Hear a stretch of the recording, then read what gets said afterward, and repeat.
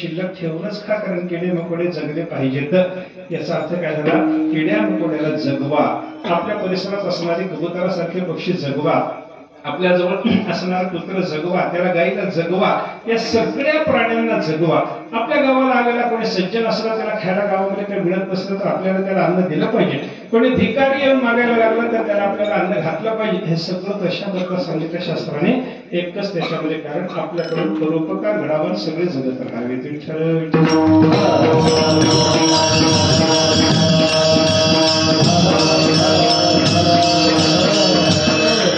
काय सांगितलं शास्त्राने? परोपकार करणं फार पुण्याची गोष्ट आहे. परोपकार पुण्याय पापाय परपीडनम. शास्त्र असं सांगतं, आपण दुसऱ्याला त्रास दिला तर त्याच्यावर पाप नाही, आणि आपण दुसऱ्यावर उपकार केला तर त्याच्यावर पुण्य नाही.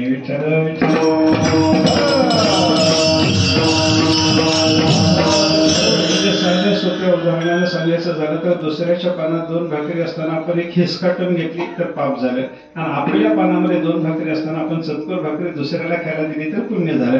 आपण दुसऱ्याला देण्यामध्ये पुण्य आहे आणि दुसऱ्याचे हिसकाटून घेण्यामध्ये पाप आहे. दुसऱ्याचे हिसकाटून घेण्यामध्ये परपीडा झाली आणि आपण दुसऱ्याला देण्यामध्ये परोपकार झाला. परोपकाराच्या योगाने पुण्य होतं आणि परपीडेच्या योगाने पाप होतं, असं शास्त्राने सांगितलं. पाप झालं की आपल्या पदरात दुःख पडतं आणि पुण्य झालं की आपल्याला सुख मिळतं. विठ्ठल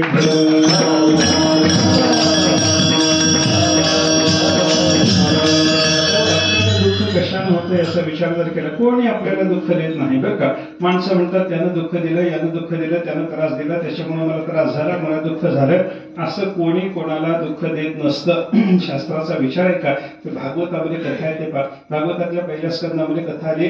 राजा परीक्षित होता, त्या परीक्षित राजाला तक्षक नागाचा दंश झाला. तक्षक नागाचा त्याला शाप होता, त्या शापाच्या योगाने त्याने तो सर्प चावला आणि तक्षक सर्प चावल्याच्या योगाने राजा परीक्षित मरण पावला. राजा परीक्षित मरण पावल्याच्या नंतर त्या राजाचा मुलगा होता जन्मेजय. जन्मेजय राजा त्या परीक्षित राजाचा मुलगा. त्याने विचार केला, माझा बाप कशाने मेला? सर्पदोषाने मेला. मग त्यानं असं ठरवलं की जगामध्ये सर्पाची जात शिल्लक ठेवायची नाही. म्हणलं, मी राजा आहे, सामर्थ्यशाली आहे, माझ्या ऐकण्यामध्ये ऋषीमुनी आहेत, त्या सगळ्या ऋषीमुनीला जमा करतो, यज्ञ करतो आणि यज्ञाच्या कुंडामध्ये सगळे सर्पाची जाती आणून जाळून टाकतो म्हणे. असं म्हणून त्याने जेव्हा सर्पसत्र सुरू केलं, सर्पसत्र म्हणजे सर्पाचा यज्ञ सुरू केला. आपण जसं यज्ञाच्या कुंडामध्ये तूप टाकतो, आपण जसं यज्ञाच्या कुंडामध्ये तीळ टाकतो, आपण जसं यज्ञाच्या कुंडामध्ये लाकडं टाकतो, समिधा टाकतो, त्या पद्धतीनं त्या जन्मेजय राजानं सर्पाच्या जातीच्या जाती आणून त्या होमाच्या कुंडामध्ये जाळून टाकायला सुरुवात केली. आणि त्याला सगळ्या सर्पाचा नायनाट करायचा जेव्हा ठरवला, तेव्हा शेवटी बृहस्पती म्हणजे देवाचे गुरु त्याच्या समोर झाले आणि बृहस्पतीने सांगितलं, राजा असं करू नको, तुला जसा जगायचा अधिकार आहे तसा या सर्पांना सुद्धा जगायचा अधिकार आहे.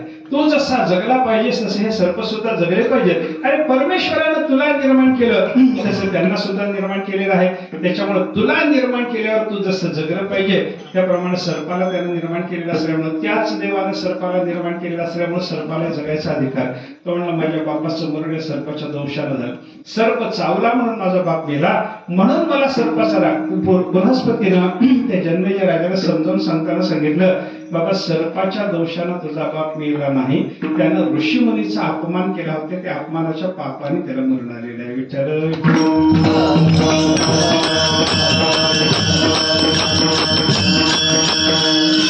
आपल्याला दुःख झाल्याच्या नंतर सामान्य माणसं काय बोलतात? आपल्याला दुःख झालं की माणसं म्हणतात त्यानं दुःख दिलं, त्यानं त्रास दिला. दुसऱ्या कोणावर जरी माणसाचा शब्द नसला तरी सामान्य माणसं असं म्हणतात, तुमच्या देवानं दुःख दिलं म्हणतात.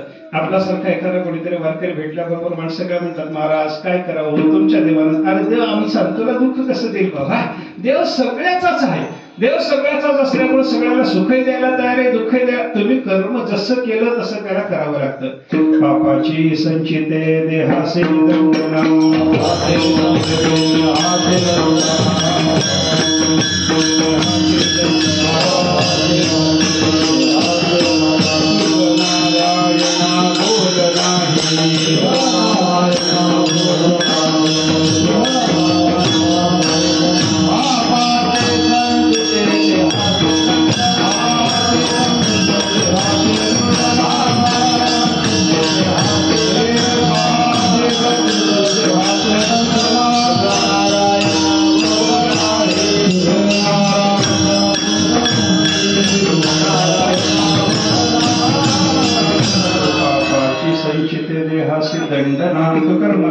देहाला आमच्या दंड व्हायला लागला, देहाला कष्ट व्हायला लागले, कशाने झाले देवा? पापाचं संचित होतं म्हणून आम्हाला देहाला दंड व्हायला लागला. देवा आम्ही तुला बोलत नाही म्हणे, तुझं नारायणा बोल नाही. सामान्य माणसं जसं संसारामध्ये एखाद्याला दुःख झालं की ते दुःख देवाला दिलं म्हणतात, म्हणून म्हणतात तसं बोलायचं कारण नाही. आपलं पाप राहिलं तर देव दुःख देतो, आपलं पुण्य असलं तर देव आपल्याला सुखच देणार आहे.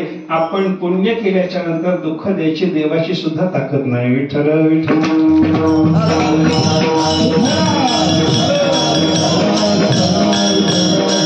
काहीतरी पाप असेल त्यावेळेला आपल्या पदरामध्ये दुःख पडणार आहे. मग हे पाप कशाने घडतं सांगा? सगळ्यात मोठं पाप आहे दुसऱ्याला त्रास देणं. पापाय परपीडनम, दुसऱ्याला त्रास देणं याच्यामध्ये पाप होतं. आणि पुण्य कशामध्ये लागतं?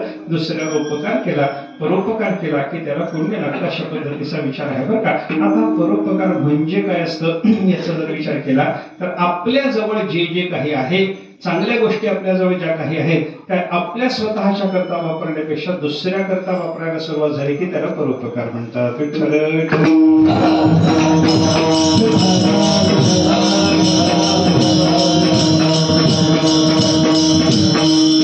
आपल्याजवळ जे आहे ते दुसऱ्या करता वापरले की त्याला परोपकार म्हणतात. उदाहरणार्थ बघा ना, आपल्याला खायला 2 भाकरी केल्या, आपण 2 भाकरी खाऊन टाकल्या तर परोपकार झाला का? आपल्या 2 भाकरीतली 1 भाकरी दुसऱ्याला दिल्यावर परोपकार झाला? कसे सांगा? तुमच्याकडे कसे बोला चढ मला. तुम्ही 2 भाकरी खाल्ल्यावर तुम्हाला परोपकार झाला म्हणता तर तुमच्या 2 भाकरीतून 1 भाकरी मला दिल्यावर परोपकार झाला म्हणता? कसे तुमचं? येऊ की नको तुमच्या घरी जेवायला? सांगा की थोडं, बोला की थोडं. कसं करू तर सांगा. हो नाही म्हणा की मला 2 भाकरी तुमच्या घरी समजा तुम्ही केलेल्या आहेत तर दोन्ही तुम्हीच खाता का मी आल्यावर मला 1 देता? सांगा. अरे बोला किंवा असं कसं आहे? तुम्ही बोलल्याशिवाय मला पुढे बोलता येत नाही ना. कसं करावं सांगा ना. तुमच्याकडे असलेल्या पुन्हा अजून एकदा विचारतो, तुम्ही उत्तर देईपर्यंत पुढे सरकतच नाही. 2 भाकरी तुम्ही तुमच्या घरी तुम्हाला खायला केल्या आणि समजा तुमच्या जेवणाच्या वेळेला मी तिथं आलो तर दोन्ही मला बसवून ठेवून तुमचं तुम्ही खाता का मला 1 खा म्हणता? समजा मला कसं 1 खा म्हणता ना. मग 1 खा म्हणला तर तुम्ही परोपकार केला. विठ्ठल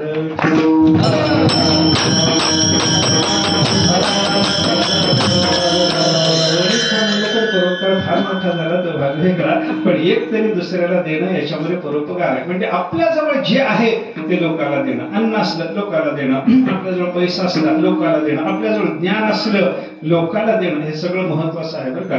ज्ञान सुद्धा आपलं आपल्याजवळ ठेवता येत नाही, पैसा सुद्धा आपला आपल्याजवळ ठेवता येत नाही, अन्न सुद्धा आपलं आपल्याजवळ ठेवता येत नाही. शास्त्रात बघा तुम्ही किती बारकाईने विचार केलेला आहे. आपण शेतामध्ये आपण कष्ट करून समजा धान्य निर्माण केलं तर आपण निर्माण केलेलं सगळं धान्य आपणच त्याचे पैसे करावेत, आपणच ते खाऊन संपवावं का? थोडं देवाला दिलं पाहिजे, थोडं बलुतेदाराला दिलं पाहिजे, थोडं देवाला दिलं पाहिजे, थोडं दान धर्माला दिलं पाहिजे, आहे की नाही? वारकऱ्याला खाण्याची व्यवस्था म्हणून काहीतरी काढून ठेवलं पाहिजे. हा सगळा विचार आपल्याकडे शास्त्राने सांगितला की नाही. त्याचं कारण काय सांगा? आपल्याजवळ जे अन्न आहे ते सगळ्या लोकांना मिळालं पाहिजे. अजून एक विचार आहे का? शास्त्राचा विचार सांगतो आपल्याला. आपल्या शेतामध्ये आपण धान्य तयार करतो, पिकवतो, ते पिकवलेलं धान्य ऐका, ज्वारी आणली समजा, आपण ज्वारी तयार केलेली असले, समजा 1 खंडी ज्वारी आपल्या घरात झाली, आपल्याला खायला घरामध्ये 4 मणच लागते. 4 मण ज्वारी घरात ठेवल्याच्या नंतर बाकी उरलेली ज्वारी माणसं काय करतात? विकून टाकतात की नाही? विकून टाकतात. विकून त्याचे पैसे करतात की नाही? पैसे करतात. की याला काही अडचण नाही. शास्त्राने आपल्याला सांगितलं तुमचं धान्य आहे, खायला लागणारं धान्य ठेवून घेऊन बाकीचं धान्य तुम्ही विकू शकता, पण खायला ठेवलेले जे धान्य, आता पुढचं ऐका, खायला ठेवलेले जे धान्य समजा खंडी भरातून, बोलू नका बाबा, 1 खंडी भर धान्यामधून 4-5 मण आपण घरामध्ये खायला जे ठेवलेलं आहे, समजा ते दळून आणलं, ज्वारी होती दळून आणली, भाकरी करायकरता दळून आणावी लागते, दळून आणली, भाकरी तयार केली. आता भाकरी केल्याच्या नंतर समजा माझ्या घरामध्ये 2च माणसं आम्ही जेवणार आहोत आणि आम्ही 25 भाकरी करून ठेवल्या असतील, येईल कोणीतरी म्हणून, कोणी समजा आला नाही तर आमच्या 4 भाकरी खाणं झाल्याच्या नंतर उरलेल्या 20 भाकरी विकून टाकायच्या का? कोणी म्हणा की भाकरी विकायला परवानगी आहे का? विकायला परवानगी नाही. शास्त्र असं म्हणतं तुमची ज्वारी तुम्ही विकू शकता, पण ज्वारीची एकदा भाकरी झाली की तुम्हाला विकता येत नाही. तुम्हाला साळी विकता येतात, तुम्हाला तांदूळ विकता येतो बरं का, पण तुम्ही तांदळाला शिजवून एकदा भात केल्याच्या नंतर त्या भाताला विकायला तुम्हाला परवानगी नाही. याचा अर्थ काय? शिजवलेलं तेवढा तरी परोपकार तुम्हाला घडला पाहिजे, म्हणून शिजवलेलं अन्न विकू नका असं शास्त्र सांगतं. विठ्ठल विठ्ठल.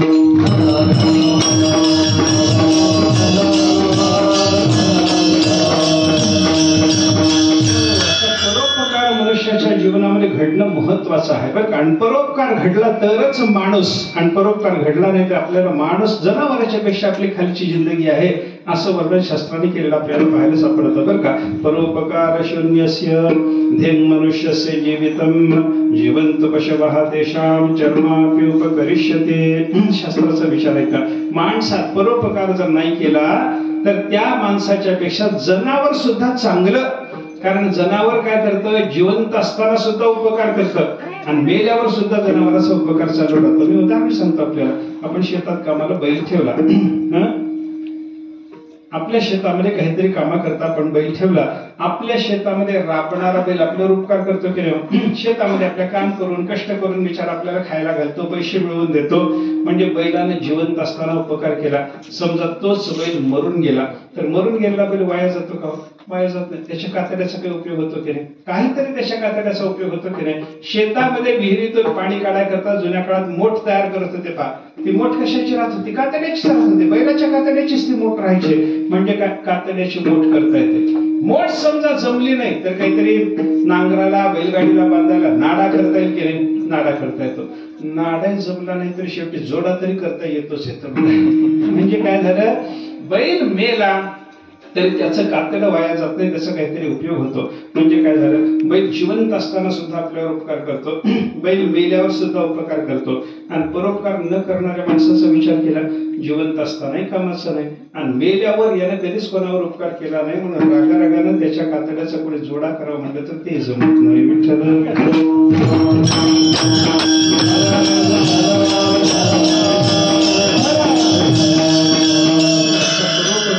करणारा मनुष्य तुच्छ आहे, त्याच्या जीवनाला जनावराची सुद्धा किंमत नाही असा विचार शास्त्राने सांगितला. याच्या उलट सरा परोपकार करणारा जो मनुष्य ना, तुकाराम महाराजांसारखे संत महात्मे सांगतात त्याला माझा नमस्कार असो म्हणे. परोपकारी नमो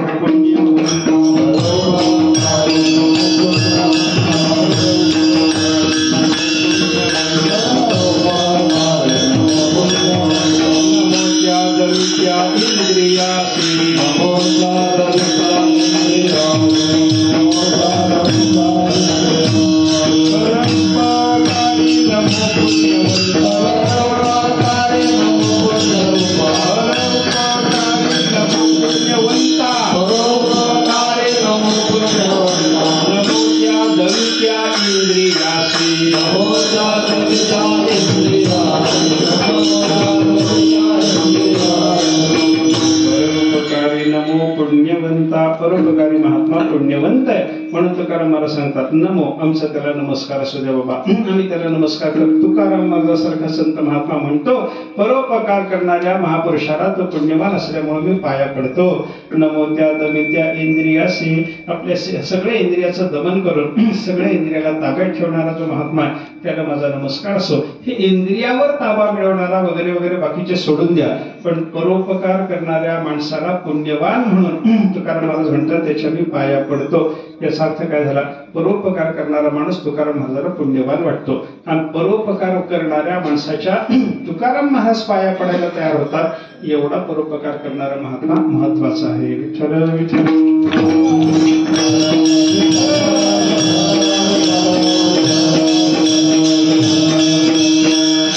परोपकार करण्याने काय मिळतं असं जर माणसं विचारायला लागले, आपण आतापर्यंत विचार केला परोपकाराने पुण्य मिळतं.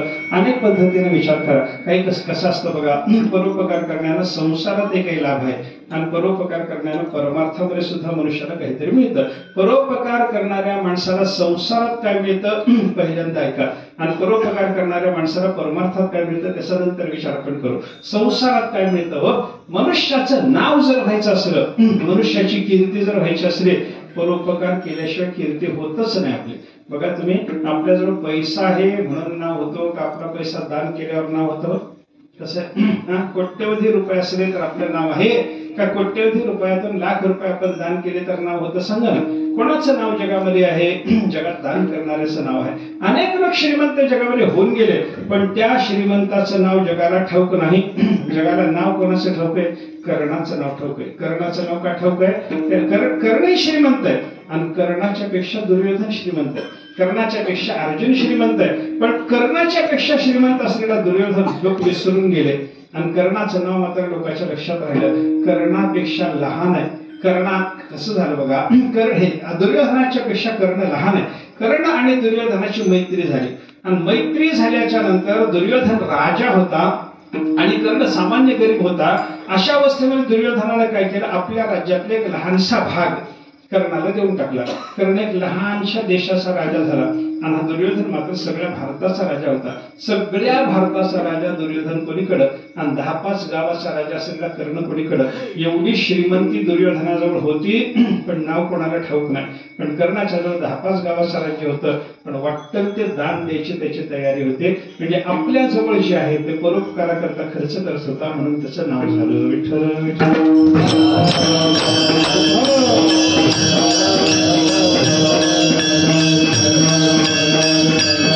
आपल्या जवळची संपत्ती लोकांना दिली तर त्याचं नाव होतं असा विचार. मी उदाहरण सांगतो आपल्याला. एका गावामध्ये 2 माणसं होते. एक माणूस श्रीमंत होता आणि एक माणूस गरीब होता. त्या श्रीमंत माणसानं काय केलं, स्वतःला राहायला मोठा बंगला बांधला. 100 खोल्याचा बंगला बांधला स्वतःला राहायला. ऐका, स्वतःला राहण्याकरता एका माणसानं, श्रीमंत माणसानं 100 खोल्याचा बंगला बांधला. आणि दुसरा एक गरीब माणूस होता. त्याने विचार केला, आपण गरीब आहोत, आपल्या गावात येणाऱ्या जाणाऱ्या माणसाची सोय झाली पाहिजे. ते रस्त्याने येतात, माणसं यात्रेला जातात, इथे गावामध्ये काही कोणाच्या घरी राहायची सोय नाही, काय करावं. त्याने विचार केला आणि मंदिराच्या बाजूला, गावामध्ये मारुतीचं मंदिर होतं, त्या मंदिराच्या बाजूला त्याने 2 खोल्याची धर्मशाळा बांधली. ऐका, एकानं काय केलं, स्वतःला राहण्याकरता 100 खोल्याचा बंगला बांधला आणि दुसऱ्याने काय केलं, येणाऱ्या जाणाऱ्या अतिथीची सोय होण्याकरता 2 खोल्याची धर्मशाळा मारुतीच्या मंदिराच्या बाजूला बांधली. मला सांगा, जगात नाव कोणाचं झालं, 100 खोल्यावाल्याचं की 2 खोल्यावाल्याचं? कोणाचं नाव होतं? 2 खोल्यावाल्याचं. कारण काय, 100 खोल्या असले तरी त्याच्यात त्याला आहेत, त्याच्यातल्या एकाही खोलीचा आपल्याला वास सुद्धा घेऊ देत नाही, तो राहायचं तर जाऊ द्या. आणि इथं मात्र कसं, ह्याला 2च खोल्या बांधलेल्या असल्या तर येणारे जाणारे लोक त्याच खोलीमध्ये राहतात. म्हणून यात्रेला कोणी निघाला तर त्या गावात मुक्काम करायचा प्रसंग आल्याच्या नंतर माणसं विचारतात, मागं कोणी यात्रेला जाऊन आलेला असला त्याला विचारतात, हो तुम्ही यात्रेला जाऊन आलात, त्या गावाला गेल्यावर तिथं राहायची काय सोय? तो माणसं सांगतात. तो एक माणूस आहे ना, रामराव नावाचा, त्यानं बांधलेली धर्मशाळा आहे, त्या धर्मशाळेमध्ये जाऊन थांबा, तुमची सोय होईल. याचा अर्थ काय झाला, रामरावचं नाव माहिती का झालं, 2च खोल्या बांधल्या म्हणून. 100 खोल्या कामाच्या नाहीत, 2 खोल्या कामाला आल्या. 2 खोल्याने नावलौकिक झाला. त्याचं कारण काय, 100 खोल्या बांधल्या तरी स्वतः करता काही उपयोग नाही, आणि 2च खोल्या बांधल्या जगावर उपकार करण्याकरता त्याचं नाव होतं विठ्ठल.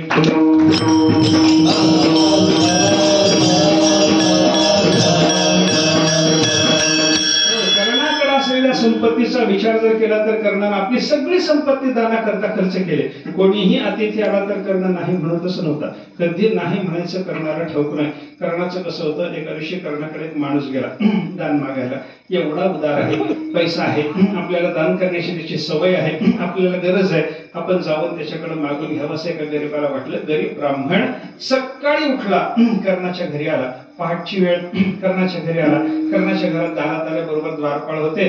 द्वारपाळाला विचारलं, कर्ण महाराज आहेत का? आहेत म्हणे. कुठे? ओसरीवर बसले. काय चालू आहे? हजामत चालू आहे. न्हावी आला होता, हजामत चालली होती. कर्णाच्या जवळ जाऊन बसला ब्राह्मण. ब्राह्मण जवळ गेल्याबरोबर ब्राह्मणाला विचारलं त्याने, कर्णाला काय महाराज कशा करता आलात? त्याने सांगितलं, दान मागाय करता आलं. आता कर्णाने हजामत चालू, हजामत झालेली, दाढी झालेली, कटिंग झालेली, त्या न्हाव्याने काय केलं होतं, कर्णाला तेल लावून द्यायला, मालिश करायला सुरुवात केलेली होती. अशा अवस्थेत तिथं ब्राह्मण गेला. त्या ब्राह्मणानं सांगितलं, मला दान पाहिजे. एवढं म्हणल्याबरोबर कर्णाने काय करावं, लगेच दान द्यावं की आंघोळ केल्यावर द्यावं? तुमचं म्हणणं कसं आहे? आता हजामत झाल्याच्या नंतर अंगाला तेल लावत असताना कर्णाने काय केलं, तिथं त्याच्याजवळ सोन्याच्या वाटीत तेल होतं. राजा होता ना, लहान जरी झाला तरी राजा होता, त्याच्यामुळे सोन्याच्या वाटीत तेल होतं. आता सोन्याच्या वाटीत तेल घेऊन न्हावी जर कर्णाच्या डोक्याला लावत असेल तर ती वाटी न्हाव्याच्या कोणत्या हाताकडे असेल? उजव्या हाताला पाहिजे की डाव्या हाताला? तिथून घेऊन लावायचं झालं तर कोणत्या हाताला पाहिजे? उजव्या हाताला. आणि न्हाव्याच्या उजव्या हाताला म्हणजे कर्णाच्या कोणत्या डाव्या हाताला आली? उजव्या की डाव्या? डाव्या हाताला. कर्णाने काय केलं, की डाव्या हाताला ती वाटी उचलली, त्या ब्राह्मणाला देऊन टाकली. सोन्याची वाटी आहे, घेऊन जा बाबा, तुम्हाला पाहिजे ना, तुम्ही मागायला आलात ना, देव घेऊन जा. घेऊन जा म्हणल्याबरोबर ब्राह्मणाचं काम झालं, दान मिळालं. ब्राह्मण निघून गेला, याचक माणूस निघून गेला. आणि निघून गेल्याच्या नंतर त्या न्हाव्यानं विचारलं कर्णाला, महाराज एवढे तुम्ही मोठे, तुम्हाला शास्त्र कळतं, अरे हजामत झाल्याच्या नंतर आंघोळीच्या शिवाय दान देता येतं का हो? असं कसं केलं तुम्ही? पण जाऊ द्या म्हणला, हजामत झाल्याच्या नंतर स्नान करून दान द्यायच्या ऐवजी तसंच दान जरी दिलं तरी दान देताना डाव्या हातातली वाटी उजव्या हातात घेऊन तरी द्याव की नाही? डाव्या हाताने उचलताना देऊन टाकता. असं का केलं? कर्णाने उत्तर देताना सांगितलं, डाव्या हातातली वाटी उजव्या हातात घेईपर्यंत मी जिवंत राहील याचे भरवसा नाही, आणि डाव्या हातातली वाटी उजव्या हातात येईपर्यंत माझ्या मनात दान करण्याची भावना राहील याचे भरवसा नाही. आता दान करण्याची भावना आहे आणि मी जिवंत, देऊन टाका. म्हणून मी त्याला ती वाटी देऊन टाकलेली आहे. याचा अर्थ काय झाला? कर्णाच्याकडे आलेला कोणताही माणूस व्यर्थ जात नव्हता. कर्ण आलेल्या माणसाला काही ना काहीतरी दान देत होता. आपल्या जवळ असलेलं द्रव्य भरपूर जवळ आहे, श्रीमंती भरपूर आहे, पण दान धर्म करत नाही, त्याचं नाव होत नाही. पण आपल्या जवळ असलेल्या संपत्तीतून थोडंफार दान धर्म जो करतो त्याचं मात्र नाव होतं. याचा अर्थ परोपकाराच्या योगाने जगामध्ये नावलौकिक होतो. विठ्ठल विठ्ठल.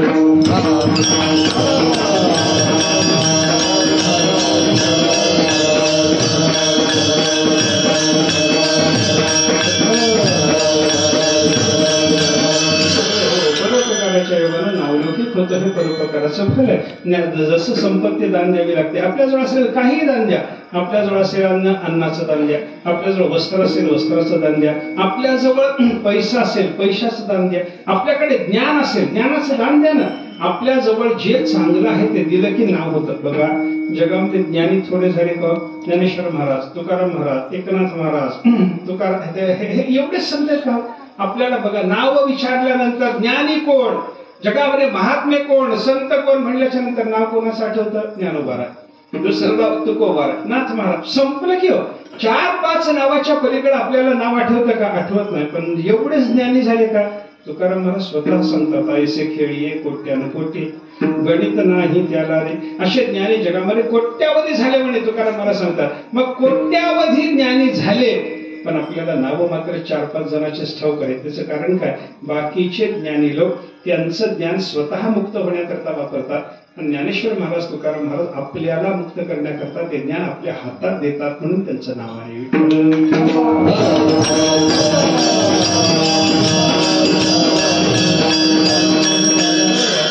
अनेक साधू पुरुषाचा आपल्यावर उपकार असतो. उपकाराच्या योगाने काय होतं? नावलौकिक होतं. हे उपकाराचं संसारातलं फळ झालं. आता परमार्थात चला, उपकार करणाऱ्या माणसाला परमार्थाच्या दृष्टीनं काय मिळतं असं जर विचारलं तर त्याचं उत्तर आहे, उपकार करणाऱ्या माणसाला देवाचं दर्शन होतं. परमार्थात सगळ्यात महत्वाचं काय? देवाचं दर्शन. मग देवाचं दर्शन होण्याकरता आपल्याला तुकाराम महाराज सोपे सोपे उपाय सांगतात. तुझं भाव आहे देव तरी हा सुलभ उपाय. तुला देव पाहिजे असला तर सोपा उपाय सांगतो बाबा, करून बघ. काय उपाय सांगतात? महाराजांनी सांगितलं, भावे गावे गीत शुद्ध करून या चित्त, तुझं भाव आहे देव तरी हा सुलभ उपाय. देवाच्या विषयी भक्ती भावना धर, अंतःकरण शुद्ध कर, देवाबद्दल भक्तिभाव धर, आणि भगवंताचं गीत गायला तुला देव भेटेल. असा उपाय तुकाराम महाराजांनी सांगितला. माणसं म्हणले, महाराज आम्ही सोपं विचारत होतो, तुम्ही अवघडच सांगून बसता. सोपं म्हणता पण अवघडच सांगता. पण चित्त शुद्ध कर म्हणता, सोपी गोष्ट आहे का? भक्तिभावना धर म्हणता, सोपी गोष्ट आहे का? देवाचं गीत गायला सांगता, आम्हाला ते अवघड आहे महाराज, आम्हाला हे जमत नाही. याच्यापेक्षा सोपं सांगा, याच्यापेक्षा सोपं सांगा, याच्यापेक्षा सोपं सांगा. असं महाराजांना विचारल्याच्या नंतर महाराजांनी शेवटी सगळ्यात सोपा उपाय कोणता सांगितला? तुका म्हणे फार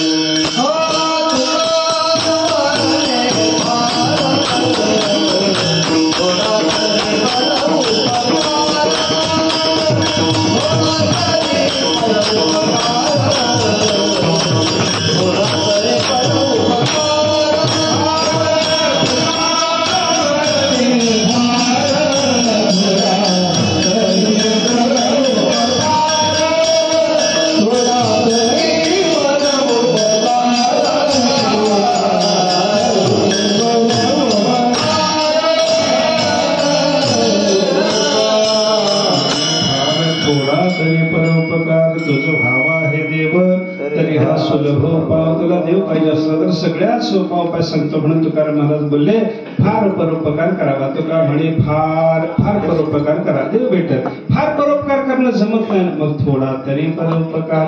माणसं म्हणतात थोड्या तरी परोपकाराला देव कसा भेटेल बाबा. त्याला उत्तर असं, मनुष्य उपकार करायला लागला की हळूहळू थोडा परोपकार करता करता फार परोपकार करतो. फार परोपकार केल्यानंतर चित्त शुद्ध होऊन त्याला देव भेटतो असा विचार आहे. म्हणून परोपकार करणाऱ्या माणसाला देव भेटतो. तुकोबारांनी अनेक ठिकाणी सांगितलेले बरं का. पर उपकारी वेचिया शक्ती,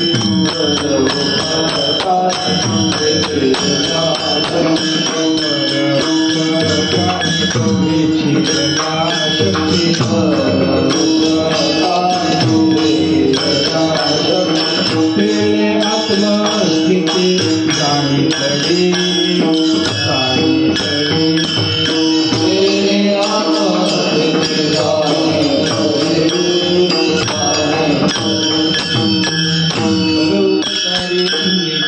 शक्ती तेने आत्मस्थिती जाणीतली. तुकोबारा सांगतात जो महात्मा परोपकारा करता आपल्या शक्ती खर्च करतो त्या महात्म्याला आत्मस्थिती प्राप्त होते, त्याला आत्मसाक्षात्कार होतो, त्याला भगवंताचं दर्शन होतं. हा परोपकाराचा महिमा आहे. म्हणून संसारात कीर्ती होण्याकरता परोपकार उपयोगाचा आणि परमार्थात देव भेटावा याच्याकरता परोपकार महत्वाचा आहे.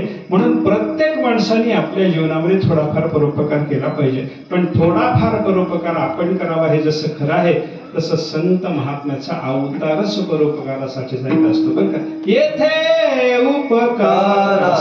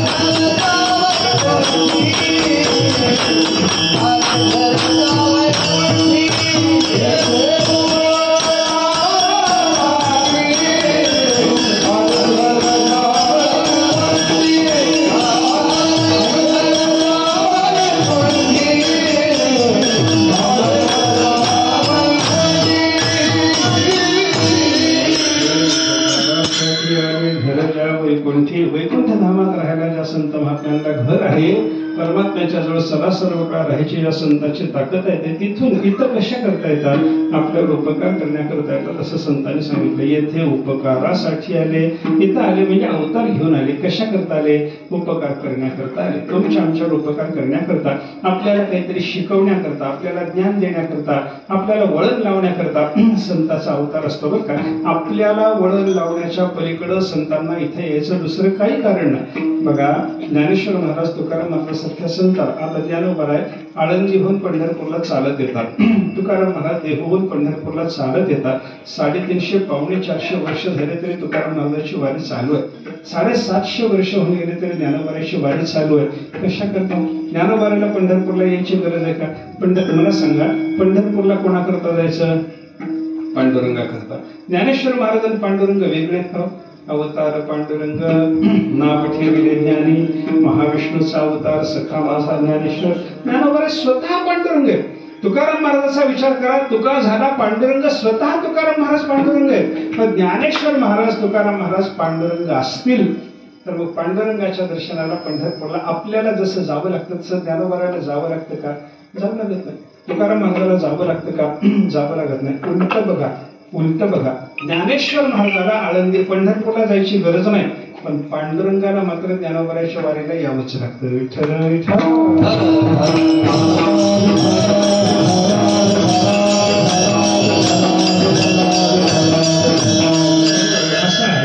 असं जर असेल तर देवानं जर ज्ञानेश्वर महाराजाच्या दर्शनाला यावं, पांडुरंगानं जर तुकाराम महाराजाच्या दर्शनाला यावं, एवढे मोठे ज्ञानेश्वर महाराज तुकाराम महाराज असतील तर त्यांना 700 वर्ष 750-800 वर्ष होताना पायी वारी करायची काही गरज आहे का? काही गरज नाही. मग का वारी करतात? एकच कारण, वारीचं वळण आपल्याला लागावं. असं गेलं पाहिजे बाबा पंढरपूरला, नाचत जावं त्याच्या गावा रे खेळ्या सुख देईल विसावा, हे आपल्याला कळावं. आपल्याला अशी वारी केली पाहिजे, भजन करत चालत देवाच्या दर्शनाला गेलं पाहिजे, हे आपल्याला शिकवण्याकरता संत महात्मे वारी करतात. त्यांना वारीची गरज नाही, आपल्याला शिकवाय करता वारी करतात, म्हणजे परोपकारच करतात. विठ्ठल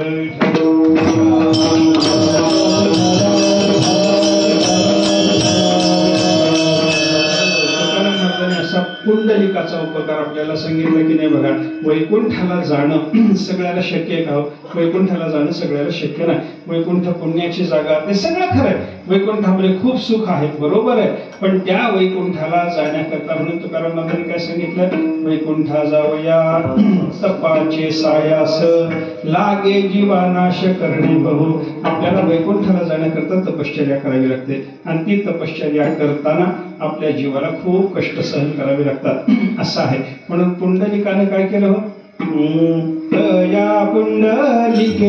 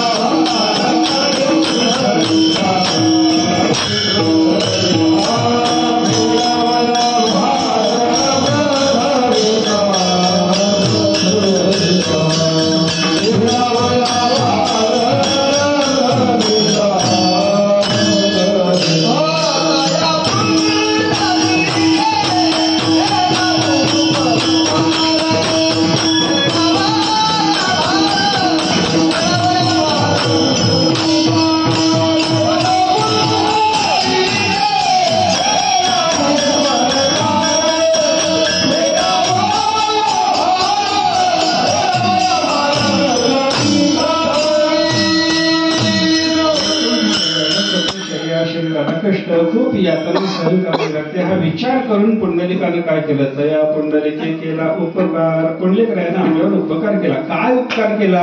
इथून तपश्चर्या करून त्या वैकुंठाला जाण्यापेक्षा पुंडलिकाने म्हणजे तुमच्या सगळ्याच्या करता त्या वैकुंठालाच इथे घेऊन येतो म्हणे, आणि त्या वैकुंठाला इथे घेऊन आल्यामुळं पंढरपूर म्हणजे वैकुंठ म्हणून पंढरपूरला भूवैकुंठ पंढरपूर असं म्हणतात. भूवैकुंठ म्हणतात पंढरपूरला. जमिनीवरचं ते वैकुंठ पीठ आहे असं वर्णन पंढरपूर बद्दल संत महात्म्यांनी केलं. त्याचं कारण काय?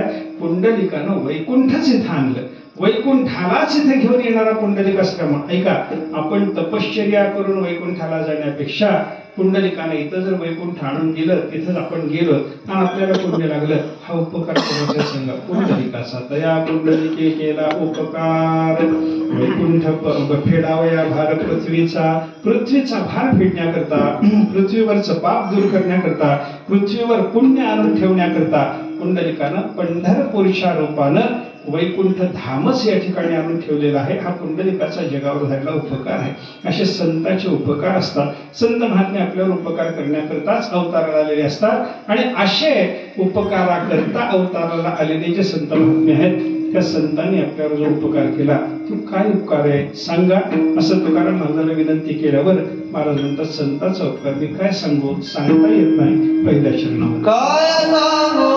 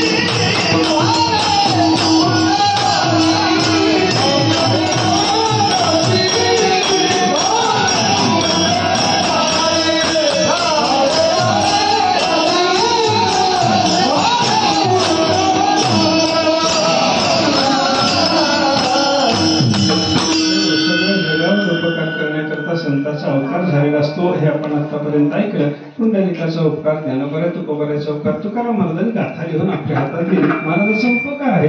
ज्ञानोबारांनी ज्ञानेश्वरी लिहून आपल्या कल्याणाची व्यवस्था करून दिली. ज्ञानोबाराचा आपल्यावर उपकार झाला.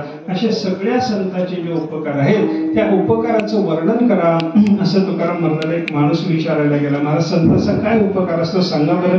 महाराजांनी सांगितलं काय सांगू आता संतांचे उपकार. तू सांग म्हणतोस बाबा पण कसं सांगू. सांगता येत नाही. का सांगता येत नाही. उपकार नाही का. उपकार आहे ना. मग जगात सांगायसारखं नाही का. जगात सांगायसारखं आहे ना. मग सांगा ना महाराज. महाराज म्हणतात सांगता येत नाही का. वाणीनं त्या उपकाराचं वर्णनच करता येत नाही. वाणीची ताकदच तिथं पुरत नाही असा संत महात्म्याचा उपकार आहे. बघा काही गोष्टींचं कसं असतं अनुभवच घ्यावा लागतो. आपल्याला तोंडानं सांगता येत नाही. मी उदाहरण सांगतो आपल्याला. एक माणूस समजा साखर खात असला. हातामध्ये साखर धरली वाटीमध्ये. वाटीत साखर घेऊन एक माणूस साखर खायला लागला. आपण बाजूला जाऊन विचारलं त्याला काय आहे. तो म्हणतो साखर आहे. साखर आहे. किती आहे. तो म्हणतो वाटीभर आहे. वाटीभर साखर घेऊन खात होता. किती आहे. वाटीभर आहे. बरं काय आहे याला उत्तर आहे साखर आहे. किती आहे याला उत्तर आहे वाटीभर आहे. कशी आहे. तो म्हणतो गोड आहे. गोड आहे. उत्तर झालं. किती गोड आहे.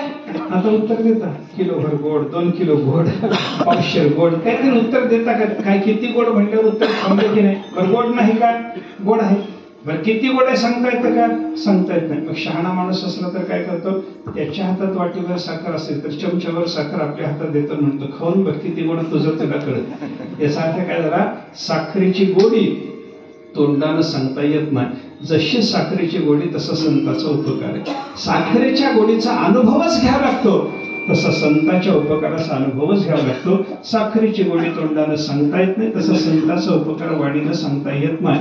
म्हणून काय सांगू आता संतांचे उपकार असं महाराज बोलले. मग तुकाराम महाराजांना लोकांनी विचारलं महाराज संतांचा उपकार आहे की नाही. आहे. सांगता की नाही. सांगता येत नाही. तुम्हाला सांगता नाही तर आम्हाला कसं कळावं असं लोकांनी विचारल्याच्या नंतर महाराज थोडक्यात सांगतात. मज निरंतर जागविते. संतांनी मला जाग केला हा संतांचा उपकार आहे. आता हे संतांनी जाग केलं म्हणजे काय केलं याचा एकदा विचार करायचा आहे. एकदा प्रेमाने भजन करा. अगदी थोड्या वेळामध्ये आपण पुढचा विचार पाहू.